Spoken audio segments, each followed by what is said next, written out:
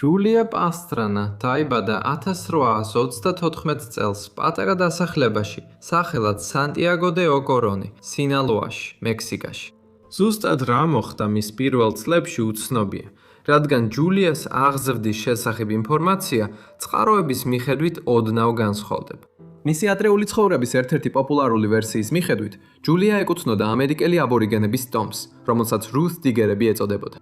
როგორც ჩანს, ამ ტომის წევრები მღვიმეებში ცხოვრობდნენ და გარეგნობით მაიმუნებს გავდნენ.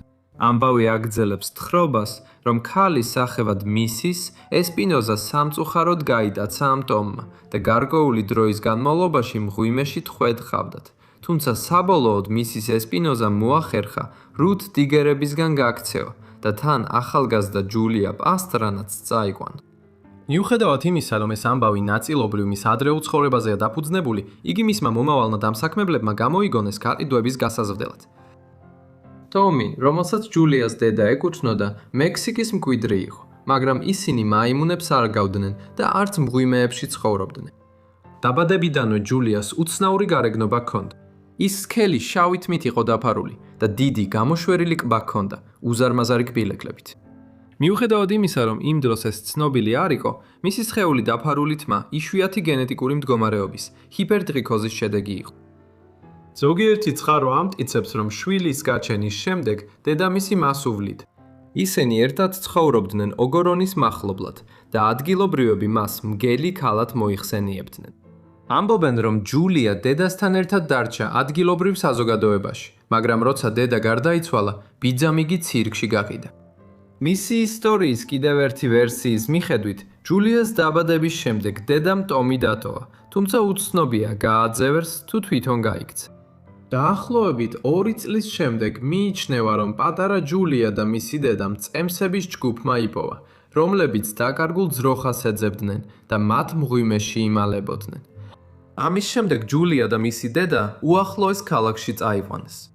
აქ ჯულია ბავშვთა სახლში განათავსეს, რადგან მისი დედის მზრუნველობა არასაკმარისად ჩაითვალა. რაც არ უნდა იყოს სიმართლე მისი ცხოვრების პირველ წლებში, ყველა წყარო თანხმდება, რომ მისი ცხოვრების ერთ ეტაპზე ჯულია პედრო სანჩესის სახლში ცხოვრობდა, სადაც მოახლედ მუშაობდა და მას მუდმივად ართობდა. ზუსტად როგორ მოხვდა იგი მის სამსახურში უცნობია, მაგრამ მიიჩნევა, რომ ჯულიას ზრდასთან ერთად მისი გარეგნობა ადგილობრივ ცნობილ პიროვნებად აქცია. ბოლოს ჯულია სინალოას გუბერნატორ პედრო სანჩესის ყურადღების ცენტრში მოექცა და მან გადაწყვიტა, რომ შვილად აეყვანა იგი. გუბერნატორის დაცვისა და სამსახურში ყოფნისას მან ისწავლა კითხვა, წერა და ახალ ენებზე ლაპარაკი. ჯულიას აღწევდნენ როგორც თბილ, ჭკვიან გოგონას, რომელიც ასევე საკმაოდ მომხიბვლელი და ქარიზმატული იყო. რამდენიმე წლის შემდეგ მის სახლში, თუმცა უცნობია რამდენი წელი, 1854 წელს, 20 წლის ჯულია დაბრუნდა თავის ტომში და დატოვა გუბერნატორის სახლი. ამ მოვლენების თანახმად, როდესაც ჯულია სახლში ბრუნდებოდა, მან გზაზე ამერიკელი შოუმენი სახელად M. Rapesი გაიცნო. საუბრის შემდეგ მან შეძლო დაერწმუნებინა ჯულია, რომ მასთან ერთად ამერიკაში წასულიყო და სცენაზე გამოსვლით ერჩინა თავი. თუმცა ასევე ითქვა, რომ პედრო სანჩესმა ჯულია პირდაპირ ცირკს მიყიდა, ან რომ მომ რეიპსმა მასთან ერთად წასვლა მაშინვე დაარწმუნა, როცა ის ჯერ კიდევ გუბერნატორის სახლში მუშაობდა. მე-19 საუკუნის ჟურნალისტისა და მწერლის ირენეო პასის თქმით, საბაჟოს თანამშრომელი ფრანცისკო სეპულუედა იყო ის, ვინც ჯულია პასტრანა იყიდა და შეერთებულ შტატებში წაიყვანა. ნებისმიერ შემთხვევაში, როგორც კი პასტრანა შეერთებულ შტატებში აღმოჩნდა, ის მონაწილეობდა უცნაურობათა შოუებში და დებიუტი ჰქონდა გოთიკ ჰოლში, ბროდვეიზე, ნიუ-იორკში 1854 წლის დეკემბერში. შოუს რეკლამაში პასტრანას აღწევდნენ როგორც საოცარ ჰიბრიდს და როგორც დათვის ქალს მექსიკის ველურ ბუნებიდან. მიუხედავად იმისა, რომ სცენაზე ნიჭიერი იყო, ასრულებდა Highland Flinks და მღეროდა ესპანურ ხალხურ სიმღერებს. მას სანახავად შეკრებილი უზარმაზარი ბრბოები ბევრად უფრო მის გარეგნობას აქცევდნენ ყურადღებას, ვიდრე მის მუსიკალურ ნიჭს. მისი 4,5 ფუტის სიმაღლე, დიდი ყბა და ტუჩები, ასევე შავი თმა, რომელიც მთელ სხეულს ფარავდა, მას სხვადასხვა უსიამოვნო სახელებით ცნობილი გახადა. მისი სასცენო სახელები იყო ბაბუინის ქალი, თმიანი ქალი, მაიმუნი ქალი, დათვი ქალი და აღუწეველი, სხვებთან ერთად.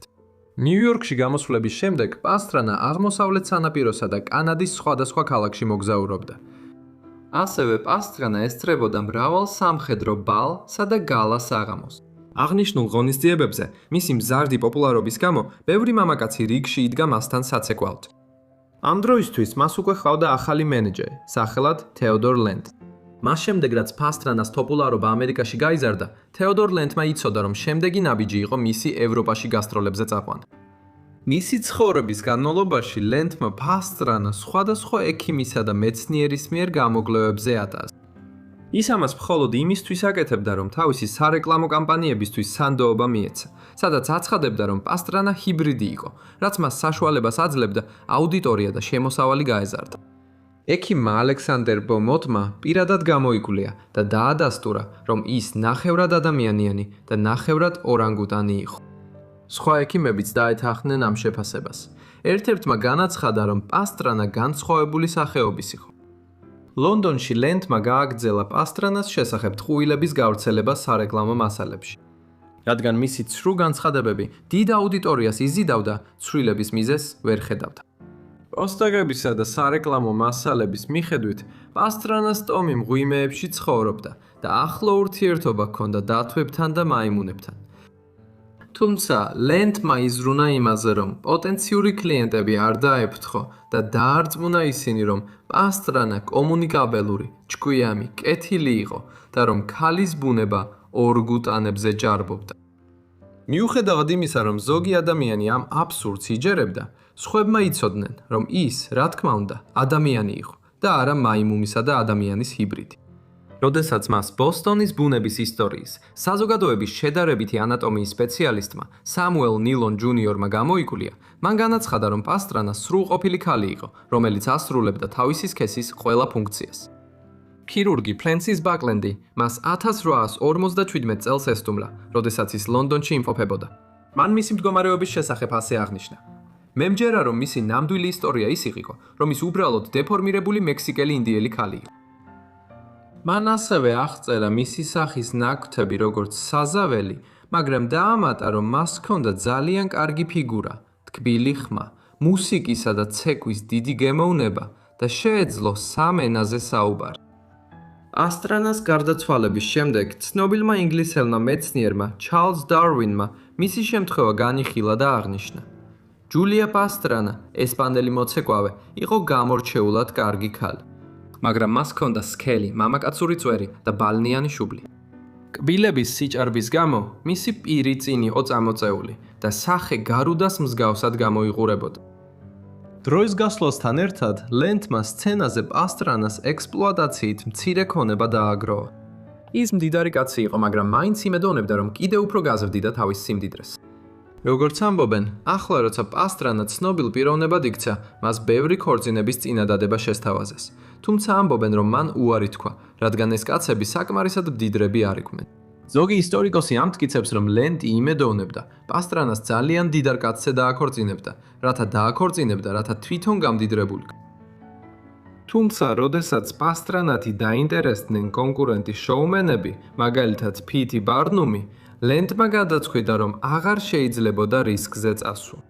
ამიტომაც ცოლად შეირთო, რათა ფულის გამომუშავება გაეგრძელებინა. ჩვენ ვერ ვიქნებით დარწმუნებული პასტრანას გრძნობებში ლენდის მიმართ, მაგრამ ჩანს, რომ ის მასზე იყო შეყვარებული. ლენდი მას კარგად არ ეპყრობოდა. ის ძალიან კონტროლირებდა მას და ზღუდავდა მის თავისუფლებას. ის არ აძლევდა მას დღისით გარეთ გასვლის უფლებას, რადგან საზოგადოებაში გამოჩენამ შეიძლება უარყოფითად იმოქმედოს შოუს შემოსავალს. გარდა ამისა, მისი ცხოვრება მთლიანად ლენდზე იყო დამოკიდებული, რადგან მას ცოტა მეგობარი ჰყავდა. უმეტესობა მას უბრალოდ ადამიანურ უცნაურობად აღიქვამდა. ამის მიუხედავად ვენაში ყოფნისას, ის დაუახლოვდა მსახიობსა და მომღერალ ფრიდერიკე გოსმანს. პასტრანამ ერთხელ გოსმანს უთხრა, რომ ლენდი მე ჩემი თავისთვის მიყვარსო. მან მოგვიანებით აღნიშნა, რომ პასტრანას მუდამ თან სდევდა მსუბუქი სევდის ბურუსი. გერმანელი ცირკის მფლობელი ჰერმან ოტო ვენაში შეხვდა პასტრანას. მან მასთან გრძელი საუბარი გამართა და მოგვიანებით თავის წიგნში პასტრანას სევდიან მდგომარეობაზე დაწერა. ის წერს: მთელი მსოფლიოსთვის ურჩხული ანომალია, რომელიც ფულის სანაცვლოდ გამოფინეს. ვინმე ვისაც რამდენიმე სამხატვრო ილეთი ასწავლეს, როგორც გაწვრთნილ ცხოველს. მაგრამ იმ მცირე რიცხოვანი ადამიანებისთვის, ვინც უკეთ იცნობდა მას, იგი იყო თბილი, მგრძნობიარე, დაფიქრებული, სულიერად ძალიან ნიჭიერი არსება, მგრძნობიარე გულითა და გონებით. და ეს ძალიან ღრმად სევდით ეხებოდა მის გულს, როცა ადამიანების გვერდით უნდა მდგარიყო და არა მათთან ერთად, როცა ფულის გამო უცნაურ არსებად აჩვენებდნენ და ვერ იზიარებდა ყოველდღიურ სიხარულებს სიყვარულით სავსე სახლში. 1859 წლის აგვისტოში პასტრანამ გაიგო, რომ ორსულად იყო. მან საბოლოოდ 1860 წლის მარტში იმშობია მოსკოვში გასტრონების დროს. მისი ვაჟი, რომელსაც დედის მრავალი ნაკვთი დაჰყვა, ძალიან დიდი იყო, რის გამოც მშობიარობა რთული აღმოჩნდა. სამწუხაროდ, ბავშვი მხოლოდ 35 საათის შემდეგ გარდაიცვალა. გატეხილი გულით, პასტრანაც გარდაიცვალა 26 წლის ასაკში, მშობიარობის შემდგომი გართულებების გამო, სულ რაღაც 5 დღის შემდეგ. როგორც ჩანს, მისი ბოლო სიტყვები იყო: მე ბედნიერი ვკვდები. იმიტომ რომ ვიცი, ისეთი შემიყვარეს, როგორიც ვარ. თუმცა ეს ძალიან კარგია იმისთვის, რომ სიმართლე იყოს. ლენტი განადგურებული იყო არა მხოლოდ იმიტომ, რომ ცოლი და შვილი დაეღუპა, არამედ იმიტომაც, რომ შემოსავლის მთავარი წყაროც დაკარგა. პასტრანას გარდაცვალების შემდეგ ლენტმა თავისი ვაჟისა და გარდაცვლილი ცოლის სხეულები მოსკოვის უნივერსიტეტის პროფესორ სოკოლოვზე გადიდა, რათა ტაქსიდერმიის მეთოდით შეენახა ისინი. ლენტის ნებართვით, როგორც კი სოკოლოვმა პროცესი დაასრულა, მან სხეულები თავის უნივერსიტეტის ანატომიის ინსტიტუტში გამოფინა. თუმცა, რაც ლენტმა არ იცოდა, იყო ის, რომ სოკოლოვმა ახალი ტექნიკა შექმნა, რომელიც მუმიფიკაციასა და ტაქსიდერმიას აერთიანებდა. სოკოლოვის გამოცდილების გამო ამ სფეროში პასტრანა და მისი შვილი ძალიან ცოცხლად გამოიყურებოდნენ, რასაც ლენტი არ ელოდა. როცა ლენტმა გაიგო, როგორი კარგი საქმე გააკეთა სოკოლოვმა, მან ხელახლა იყიდა სხეულები, რადგან სჯეროდა, რომ შეძლებდა ფულის შოვნას მათი ევროპაში გამოფენით. რამდენიმე წლის შემდეგ ლენტმა კიდევ ერთი ქალი აღმოაჩინა, რომელსაც მისი გარდაცვლილი ცოლის მსგავსი გარეგნობა ჰქონდა. ამას როგორც ოქროს შესაძლებლობას რომ შეხედა, ლენტი შეხვდა მარი ბარტლეს და საბოლოოდ მოახერხა მისი მამის დაყოლიება, რომ მისთვის ცოლი მიეცა, დაპირებით, რომ მას არასოდეს გამოიფენდა. თუმცა მან მოითხოვა. დიდი დრო არ გასულა, რომ მარის სცენაზე ცეკვავდა და მღეროდა ზენორა პასტრანას სახელით. მაყურებელთა რაოდენობის გასაზრდელად მას რეკლამირებდნენ როგორც ჯულია პასტრანას უმცროს დას. ლენტი მრავალი წლის განმავლობაში მოგზაურობდა ევროპასა და აშეთეშოში თავის ახალ ცოლთან, მავისთან ერთად. მათ საბოლოოდ სანქტ-პეტერბურგში გადაინაცვლეს იმ ქონებით, რომელიც დააგროვეს. თუმცა პენსიაზე გასვლიდან მალევე ლენტი გონებას კარგავდა. ერთხელ ის შენიშნეს ხიდზე შიშველი ყვირილით, როგორც ფულს ფლეთდა. ამის შემდეგ ის რუსულ ფსიქიატრიულ საავადმყოფოში მოათავსეს და მალევე გარდაიცვალა 1884 წელს.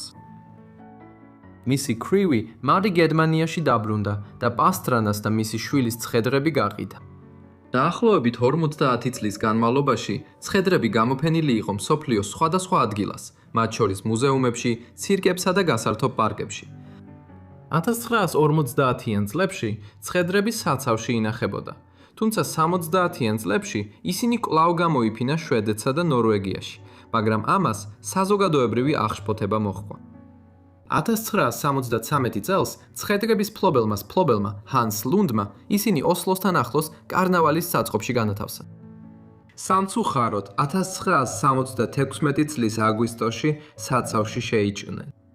ამის შედეგად პასტრანას სხეული მოიპარეს, ხოლო მისი შვილის ნეშტი მძიმედ დააზიანეს და საბოლოოდ ვირთხებმა გაანადგურეს. მხოლოდ 3 წლის შემდეგ პოლიციამ პასტრანას სხეული იპოვა, რომელიც შემდეგ ოსლოს სასამართლო მედიცინის ინსტიტუტში შეინახეს. მიუხედავად იმისა, რომ იმ დროს პოლიციამ არ იცოდა ვის ეკუთვნოდა ეს სხეული, 1990 წელს ერთმა ჟურნალისტმა მისი ნეშტი ამოიცნო და მას შემდეგ ნორვეგიაში დაიწყო დებატი იმის შესახებ, რა ეკნათ მის სხეულთან დაკავშირებით. 1987 წელს პასტრანა კუბოში ჩასვეს და ოსლოს უნივერსიტეტის ანატომიის დეპარტამენტში გადაიტანეს. ის იქ დარჩა 2013 წლის თებერვლამდე, როდესაც ჯულია პასტრანას სხეული საბოლოოდ დააბრუნეს მექსიკაში, რათა მას ღირსეული დაკრძალვა ჰქონოდა თავის მშობლიურ შტატ სინალოაში. მისთვის კათოლიკური დაკრძალვა გაიმართა, რომელსაც ასობით ადგილობრივი დაესწრო. ჯულია პასტრანა დაკრძალეს სინალუა დე ლა ვეგას ქალაქის სასაფლაოზე, რომელიც მის დაბადების ადგილთან ახლოს მდებარეობს. მისი ცხოვრების მიხედვით გადაღებული ფილმი გამოვიდა 1963 წელს სახელწოდებით „მაიმუნი ქალი“. ამჟამად კიდევ ერთი ფილმი სახელწოდებით „ველვეთი“, რომელიც ასევე მის ცხოვრებაზეა დაფუძნებული, მზადების პროცესშია. გმადლობთ ყველას, რომ უყურეთ ამ ვიდეოს ჯულია პასტრანაზე. მართლა იმედი მაქვს, რომ მოგეწონათ. თუ მოგეწონათ, დამიტოვეთ ლაიქი და კომენტარი ქვემოთ. თუ არხზე ახალი ხართ, რატომ არ გამოიწერთ? და თუ გაქვთ რაიმე შემოთავაზება, გთხოვთ დამიტოვეთ კომენტარი. ან მომწერეთ ელ-პოსტაზე, რომელიც აქცენტაშია მითითებული. Anyway, I'll see all of you in the next Forgotten Life. Thanks.